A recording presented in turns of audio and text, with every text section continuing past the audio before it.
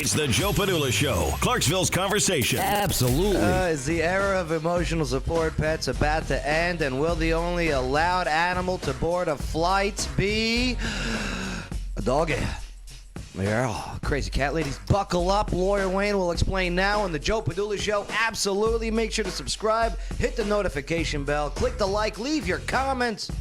Definitely help us out and share this video now. Lawyer Wayne. Yes. You have any pets? I do. We have 2 cats. Yeah. For more of a Lawyer Wayne's information, just go to lawyerwayne.com. He is a real lawyer. And he has 9 kids, actually. Yeah. So he can definitely use the work. That's right. I got 9 kids and 2 cats to feed now. 2 cats. Yeah. Well, the regulation tightens the reins after, I don't know, they got this year-long battle between airlines and passengers who have required, or I'm sorry, I didn't even say required, requested to carry all these different types of different animals on board. I mean, what are some of the crazy the ones? famous ones are the pig, the 80-pound emotional support pig that made quite the mess, the pig mess. Like pig poop? Yeah. Can you imagine how much an 80-pound pig must poop? Well, if I'm 171, I went to Jersey, New York. I gained 3 pounds. Oh my God. Had a good Thanksgiving. Oh. All right, so the pigs are pooping. Pigs are pooping. What other pets? I know they had a dog bite somebody. Oh. One of the workers. Not a trained dog, then. Miniature horse. A dog or a miniature horse? I don't know if anyone's ever brought a miniature horse on a plane. Have they? Yeah, American Airlines. All right, nice. And a peacock is one that they denied. They didn't allow it on there. That was but they wanted to bring the peacock on. Really? Yeah. Oh, wow. Emotional support peacock. When it spreads out its feathers and looks so majestic. Let's see. What do we got here? Makes me feel that all is right with the universe.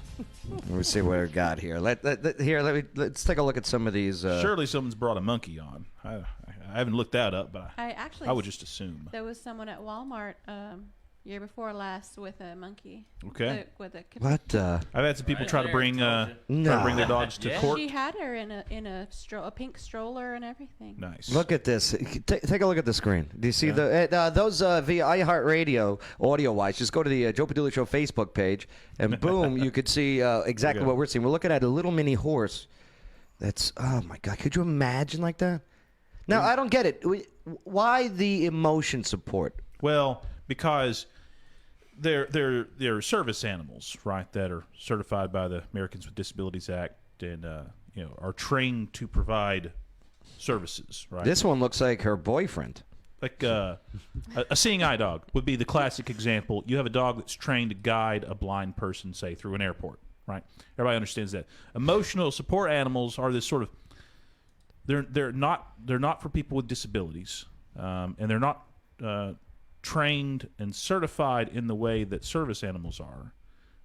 You're damn right they don't let that peacock on. They didn't let the peacock on. Look at the size of that thing. And the argument's going to be, look, this peacock's not trained to do anything for you. Like guy, it's not a seeing eye peacock. It's not trained to remind you to take your medication or fetch things for you if you drop them, things like that. And so we're not. And now this one's got a turkey on. Rules to clarify that you can't bring your turkey on the plane. Look at this. There are no service. Could you imagine? There is no category of service animals except for dogs and actually miniature horses. Although I've not found any actual examples of that. How could airlines let these on in the first place? Well, apparently the idea became unclear. And the airlines were worried that can we turn away these folks showing up with what they were calling, get out of here. This has got to be So can I clarify a little bit? Sure. Because I clearly have one. Yes. So he's got an animal here. Yours is not a service animal, right? She is a service animal. Not as defined by the Americans with Disabilities Act. Service, yes, for PTSD. Not certified for that purpose, right? Not like a seeing eye dog. Right. So your dog. There's actually several different classifications of dogs. Okay. Right. There are 2 service animals. Service for, like you said, seeing eye dogs, stability support. Things where they provide diabetes, or somebody's going to go into an insulin, they can sense that and actually provide that. Remind them to take medication. Exactly. They're trained to do that kind of thing. Okay, PTSD is the same. So service PTSD animals are seen much like a diabetes service animal, where if somebody is dealing with something, it's much bigger than emotional support. What she does for me is a couple different things. But then you have emotional support animals. In order for it to be a legal emotional support animal, you must have a letter from a certified physician, specifically mental health, saying that you are required to have this emotional support animal. And then you also have a therapy dog. And that is a dog that is owned by somebody, but they go to hospitals or trauma areas like a school shooting or something, and they let other people pet that dog to help them calm down.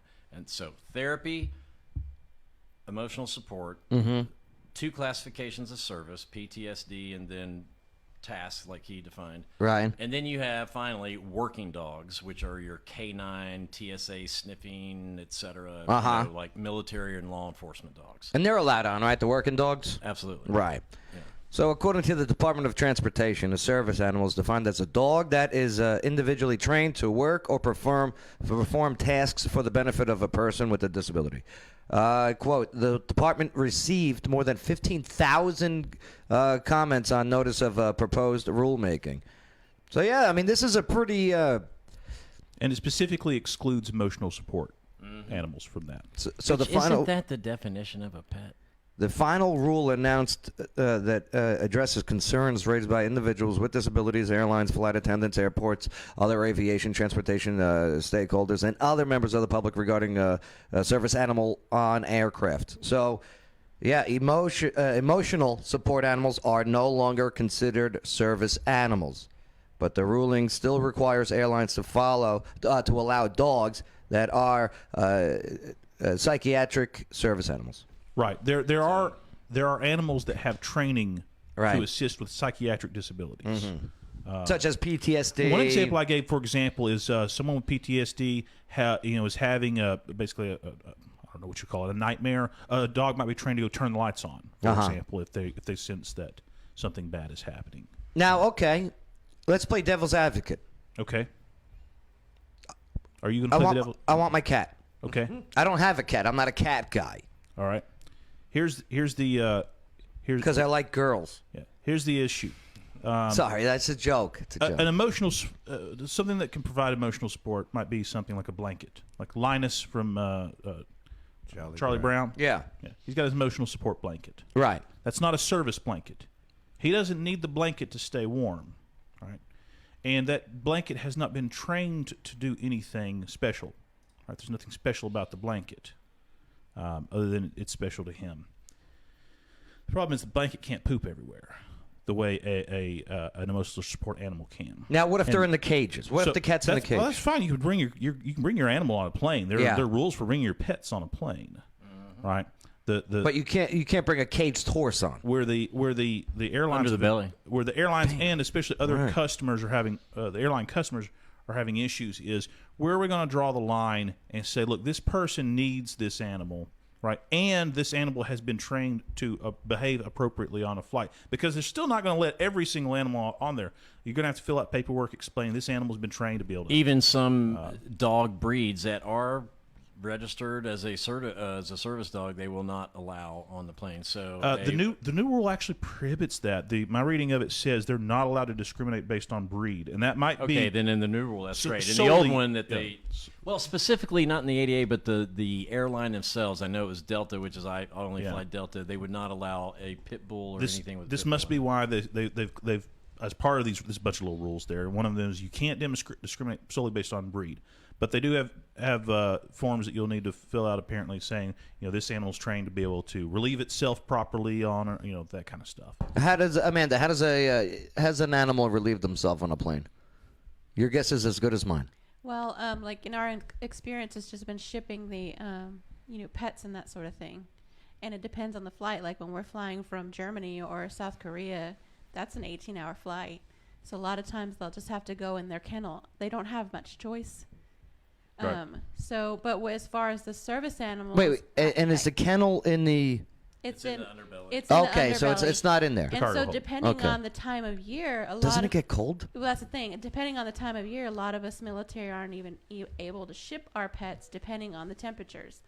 Or we have to pay like thousands of dollars for a plane and flight and company that specifically ships animals.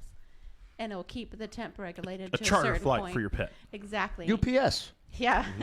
But yeah, like if it's a certain time of the winter, they're like, we're sorry, but we're not flying any pets from Germany to the States or vice versa. So they put the pets in their cages or kennels and in In the cargo hold. the car. Yeah, and you have to have passports for your dog or your cat, and everything has to be updated on their passport just like yours. And so there's a lot of regulations and laws on all of that stuff. Damn. Because I know people, they love their animals. I fly with her. I've flown 7 times with her this year. I fly a lot, and Do they charge extra? no, not at all. No. And Like that horse, they should charge extra. Well, see, and that's the point I was going to bring up. Is I mean, if you look at Lucy, she can fit in my lap. She's Yeah. about 35 to 40 pounds, depending on if she's eating. Dated a girl like that. And I mean, anybody who knows me knows that she is with me 24/7, all day, every day. Right. And so when we go on the plane, she has never ever one time used the bathroom inside of a airport, in the plane, anything. Like so what they do is in the airports, and most of them, they have relief areas inside the concourses. AstroTurf, like the smokers room. You can go in there and they've got AstroTurf in a place. Please, to they clean got it rid up of and all of everything. those. I look for them So- every time I so- try to land. One of the rules is airlines are allowed. Now they're allowed to do this. That doesn't mean they all will. I imagine there will be some competition. Or pets welcome on our flight, that kind of thing. Allowed to require the animal to fit within the handler's foot space on the aircraft. So like Yeah. he's got his animal. She will sit there right in his lap and be good and won't be running up and down the aisle. And she sets in my foot space. And so even with Whereas people a- who have other dogs a that Great are Dane- 80, 90 pounds, and that's what I tell people. If you have a true service dog, somebody like she is, like I said, you know me, 24/7. You never see me without her. Yeah, what about the That Great you Dane? need to, but that's my point. Yeah. If you really want a service dog that you're going to take with you 24 hours a day, 7 days a week, everywhere you go, I don't think they're all right, training Great Danes then, to do that. They'd be impractical. respectable of other. I get that you may love Great Danes as a dog, but You got to buy another seat. You got to find. You gotta buy figure another out seat. an animal size that is All right. about 40 pounds. I'm on the plane, okay? I'm flying economy, not by choice because I want to be with the people, all right? But say I got the window seat. Here comes the person that's sitting next to me. They got the Great Dane. No way. Yeah. No way. I'm peeing on the dog, okay? I'm gonna be the one pooping and blame the dog then to get him off. Well, I can't say Delta.